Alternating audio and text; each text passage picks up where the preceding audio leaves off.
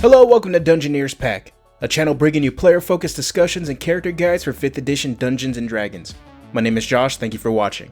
With this being the Halloween season, I wanted to create a character build that featured a subclass with horror elements in it. So in this video, I'm bringing you a multi-class build utilizing the Undead Patron Warlock subclass, and the new race rules from Tasha's Cauldron of Everything to bring a Dracolich Powered Warrior to the table. Before we get started, an easy way to support this channel is to like, share, and subscribe. Also, hit that notification bell to know when new videos are up. You can also support us directly at our Patreon by becoming a Dungeoneer. When you become a Dungeoneer, you get access to an exclusive role in a private chat in Discord, access to all the character build scripts, and you will be able to listen to an audio-only version of each week's video before it goes up. You can find a link to the Patreon in the description below. With that said, let's get started. Build guides on this channel are built with the following in mind. I'm going to focus on levels 1 to 10 as most campaigns played are in this level range. Builds will be optimized to fulfill the concept, but also be effective for combat and roleplay. I will be covering the features in race, class, and background choices that make the build possible. Also a disclaimer, the subclass used in this video at the time of posting is test material. Discuss with your dungeon master prior to playing to see if the Unearthed Arcana material is allowed at the table. Not all Unearthed Arcana material is balanced for table play, so keep that in mind. The concept for this character is a Dragonborn warrior empowered by an ancestral Dracolich. The Dragonborn was raised by a Dracolich cult as the chosen one to fulfill a prophecy. This character sets off into the world struggling with the inner turmoil of choosing their own path or succumbing to their dark destiny. Mechanically, this is going to be a Pact of the Blade build that takes some inspiration from early melee multi-class builds for Warlocks prior to the printing of the Hexblade.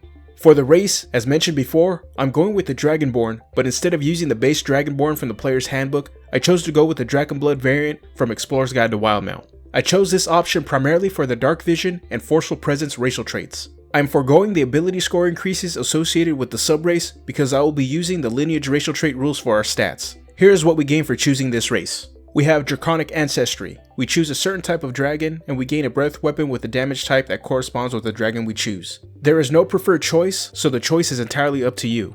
As stated before, we get the Dark Vision and Forceful Presence traits, and with Forceful Presence, it allows us to make Intimidation or Persuasion checks with advantage once per long rest. And for languages, we know Common and Draconic. When it comes to our class and subclass, the build will use the Undead Patron Warlock from the Unearthed Arcana article, Subclasses Part 4. The Undead Patron Warlock has some features that capture the horror or corrupted themes I am aiming for. The features allow us to play into this character being able to use their inner darkness and unleash it on their enemies. Since this is a multi-class build, we will be taking a small dip into Fighter to boost our defensive and melee abilities. Taking some levels into Fighter supports the concept of being a trained warrior. For the background, I went with Acolyte as it's the only official printed background that comes close to allowing us to convey that this character is a member of a cult. For being an Acolyte, we gain the following features. We get proficiency with the Insight and Religion skills, we are able to speak 2 additional languages of our choice, which I will detail later in the video, and we gain the Shelter of the Faithful feature. This will allow us to perform ceremonies for our deity, and we can receive free care with any temple, shrine, or establishment of our faith. On top of that, we will always have a place to stay at the temple we serve prior to becoming an adventurer. We also gain the following starting equipment: a holy symbol, a prayer book or prayer wheel, incense, vestments, common clothes, and 15 gold. When it comes to our ability scores, Tasha's Cauldron of Everything is bringing the lineage variant rule set, which provides greater freedom in assigning our ability score increases.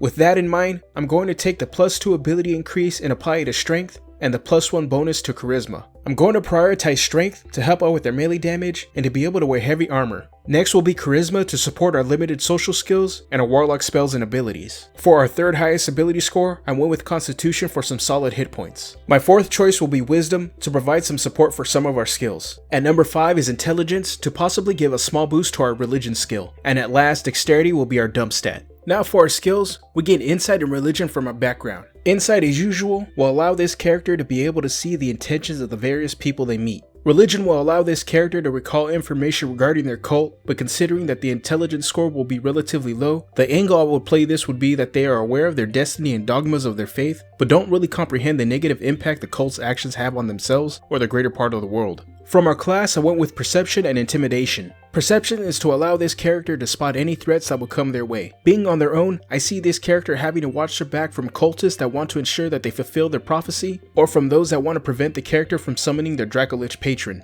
The last skill is Intimidation, which will be our primary social tool. My suggestion in using Intimidation with this character is to not use the skill in an aggressive or forceful manner. The option is there for that, and if the situation calls for it, then go ahead. Instead, I see this character using intimidation in a very unsettling way, a devilish grin, a cackle, or any other action that would invoke a sense of dread or fear. For our languages, we know Common, Draconic, and 2 more of our choice. The best option for the other 2 languages will be to pick up languages that potentially could be tied to the creation or summoning of a Dracolich. I would work with your DM to figure out which languages outside of Draconic are associated with the darker arts of Arcana in your campaign. When it comes to our party roles, this character will have a bit of variety in and out of combat. In combat, this character will primarily be a frontliner, but will have access to a suite of spells that can allow them to be a blaster or help out with crowd control duties like a support. Out of combat, this character mainly will be a troubleshooter, leveraging our spells and abilities to help solve whatever issue that comes our party's way. Now for a level by level breakdown. For our first level, we will be taking a dip into fighter to pick up some very key proficiencies in order to hold our own in melee range. As a fighter, we gain proficiencies with all armors and shields. We are also proficient with all simple and martial weapons. And for our saving throws, we have proficiency with strength and constitution. The strength proficiency is unfortunately a bit of a bust, but the proficiency with constitution will help us maintain concentration spells. For our starting equipment, pick up chainmail for a base armor class of 16, a shield to pop our armor class up to 18, and a martial weapon of your choice. The shield could be an optional thing if you're okay with a lower armor class, but offset that with a 2-handed weapon for an increased damage range. The first ability we gain as a level 1 fighter is a fighting style, and I went with defense to increase our armor class by an additional point. This could possibly bring up our armor class to a hardy 19 if we are using a shield. The last ability we gain as a level 1 fighter is Second Wind, which allows us to regain hit points equal to 1d10 plus our fighter level. It recharges on a short or long rest. As we level into this build, this ability will only provide a small benefit and really shouldn't be relied on to maintain our hit points. At level 2, the multiclass begins as we carve our way into the Warlock class. As a level 1 Warlock, we pick up our Undead Patron subclass. As an Undead Patron Warlock, we gain the Form of Dread ability, which does the following. As a bonus action, we transform for 1 minute to a form influenced by our patron with the following benefits. We gain temporary hit points equal to 1d10 plus our Warlock level. Once during each of our turns, when we hit a creature with an attack, we can force it to make a wisdom saving throw, and if they fail, the target is frightened of us until the end of our next turn. We are immune to the frightened condition, and we can transform a number of times equal to our proficiency bonus, and we regain all expanded uses when we finish a long rest. Former Dread will provide us with a buffer to our hit points and grant us an opportunity for some roleplay in combat by giving us a form that we can use to strike fear into our enemies.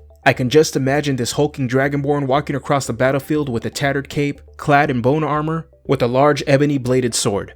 As a Warlock, we get our spellcasting mechanic Pack Magic, which grants us a very limited number of spell slots as we level, but they can be used on any spell we know and recharge on a short rest. Here are my recommendations for Warlock cantrips and level 1 spells. Eldritch Blast, the best damage cantrip in the game, and even though this build is focusing on melee, having this in our toolkit will let us have a solid range option. Mage Hand, a utility option to help avoid traps, open doors, or perform other small tasks we normally could do with our hands. Prestidigitation or Minor Illusion, more utility options for small minor effects to help for a variety of situations that just require some creative thinking. Arms of Hadar, an area effect damage spell centered on us that does some damage while preventing our enemies from taking reactions as long as they fail their save. This could potentially help us get out of melee range if we are surrounded. Bane, from the expanded spell list, this is the reverse bless spell which could potentially save our teammates from some damage taken or make the affected enemies fail their saves. Comprehend Languages, a utility spell to help us in social situations. While we won't necessarily be the best face, it still would allow us to participate in social challenges. And at last, Hex, the bread and butter Warlock spell that debuffs our enemies and adds extra damage to our attacks.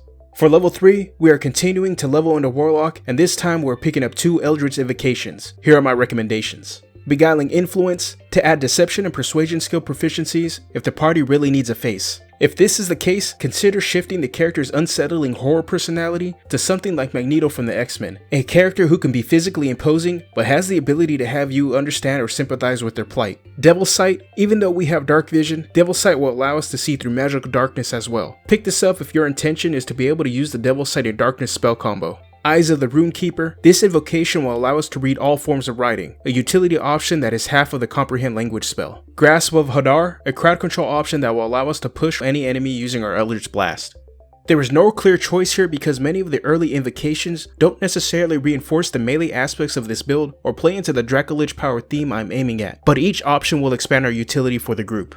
At level 4, we take another level into Warlock, and this time we get access to our Pact Boon. For our Pact Boon, I went with the Pact of Blade, which does the following. As an action, we can summon our packed weapon in hand. Our weapon counts as magical when overcoming resistances and immunity to non-magical attacks and damage. The weapon disappears if it's more than 5 feet away from us for a minute or longer. We can also dismiss it as a free action. And at last, we are able to make a magic weapon or packed weapon by performing a 1-hour ritual. Since we now have our packed boon, I will consider replacing one of our invocations from the previous level with the improved packed weapon invocation. Improved packed weapon rounds out our packed blade benefits by adding the following. The weapon can be used as a spellcasting focus for our warlock spells. The weapon also gains a +1 bonus to attack and damage rolls unless the magic weapon already has a bonus to those rolls. And the short bow, long bow, light and heavy crossbows can be a packed weapon also. The boon and invocation when combined turns our weapon to a magic weapon that we can use to channel our spells through. Now for my second level spell recommendations. Crown of Madness, a crowd control option that turns our enemy into a part-time ally, having them attack anyone we choose. Darkness, the other half of the Devil's Sight combo. If you picked up Devil's Sight, go ahead and pick this up. Using Darkness in combination with Devil's Sight will allow us to make attacks with advantage, while enemies will have disadvantage on attacks against us. Misty Step, a get out of trouble spell or a way for us to catch up to an enemy. And at last Shatter, a solid area of effect damage spell. When we hit level 5, we get the choice between an ability score increase or a feat, and I went with the feat choosing Tough. Tough is going to provide us with more hit points so we can take more hits in combat. With Tough, our hit point maximum increases by an amount equal to twice our level. When we gain a level after taking this feat, our hit point maximum increases by an additional 2 hit points. Tough plays into us being this Dracolich Powered Warrior, with the additional hit points representing our character being resilient, able to endure. Coming in at level 6, we are taking another level into Warlock and get a new Eldritch Invocation and access to 3rd level spells. For our invocation, I chose Thirsting Blade, which allows us to make an additional melee attack whenever we take the attack action. This should catch us up with our melee allies, boosting up our average damage per round. We also gain access to 3rd level spells, and here are my recommendations. Counterspell and Dispel Magic, our go-to anti-mage spells to shut things down. Fly, a utility spell that we can use in and out of combat. We can flavor this spell whenever we cast it as our character growing Dracolich-like wings from our back. Hunger of Hadar, a long-range crowd control damage spell that blinds and slows anyone caught within its radius. And at last, Tongues, a social-based spell that is an upgrade to comprehend languages, allowing us to not only comprehend what we hear, but able to speak it as well. At level 7, we are taking another level dip into Fighter to pick up Action Surge. On our turn, we take one additional action on top of our regular action. We can use this ability again after a short or long rest. This ability will provide us with a burst damage option, allowing us to unleash 4 attacks on a single turn. Another viable option will be to use this to cast a spell as an action and make 2 attacks after that. For the rest of this build, we're going back to Warlock. For level 8, we pick up the subclass feature Grave Touched. Grave Touch provides the following benefits. We don't need to eat, drink, or breathe. Also, when we hit a creature with an attack and roll damage against that creature, we can replace the damage type with necrotic damage. While we are using our form of Dread, we can roll 1 additional damage die when determining the necrotic damage that target takes. This ability will provide another substantial damage boost as long as we are in our form of Dread. On top of that, we can swap any damage type for any of our attacks or spells with necrotic damage. This could help us overcome any resistances or immunities that could come up. At level 9, we gain another Eldritch Invocation, and this time I went with Relentless Hex. As a bonus action, we can teleport up to 30 feet to an unoccupied space within 5 feet of a target cursed by our Hex spell. To teleport in this way, we must be able to see the cursed target. This invocation will allow us to play up the unsettling Doombringer vibes. Our enemies will not be able to escape their inevitable demise. We also gain access to 4th level spells, so here are my recommendations. Banishment, a crowd control option that can target any creature and take them off the board for a minute. Death Ward, a utility spell with its sole function to prevent someone from biting the dust. This spell plays into the undead nature of the subclass, but also into the idea that this character is the chosen one protected by their patron. And at last, Greater Invisibility, a spell from our expanded spell list that can be used to help us stealth around or used in combat to give us advantage on our attacks and disadvantage to any attacks made against us. Finally, at level 10, we have a choice between an ability score increase or a feat, and I opted to increase an ability score. The options come down to strength or charisma, and the choice is ultimately up to you. If you want to increase your damage per round, increase strength. If you want to increase your spellcasting power and support your social capabilities, then increase charisma. This build is set up to be versatile. While the Hexblade subclass by comparison may be a bit more powerful, straightforward, and mechanically offer a similar experience, it does not line up with the flavor I was going for with this build. While a Darth Vader-esque chosen to fulfill a dark prophecy could be a great antagonist for a campaign, as a hero, this build lends itself to a character that is very much conflicted about their future and is ultimately an anti-hero. They are capable of using their inner darkness for the forces of good. Even if you decide to play this character with an evil alignment, the goals of the character and the Dracolich Master could very much align with the party. As the saying goes, the enemy of my enemy is my friend. This character could place the party in a situation where in order to defeat a greater evil, they must work with a lesser evil. With that said, I want to hear from you. What kind of Undead Patron Warlock are you playing in your games? If you want to see more content like this, let me know down in the comment section. You can also catch me at the Dungeoneers Pack Discord. A link to the Discord can be found in the description below. Alright, I'm out of here. Have a good one.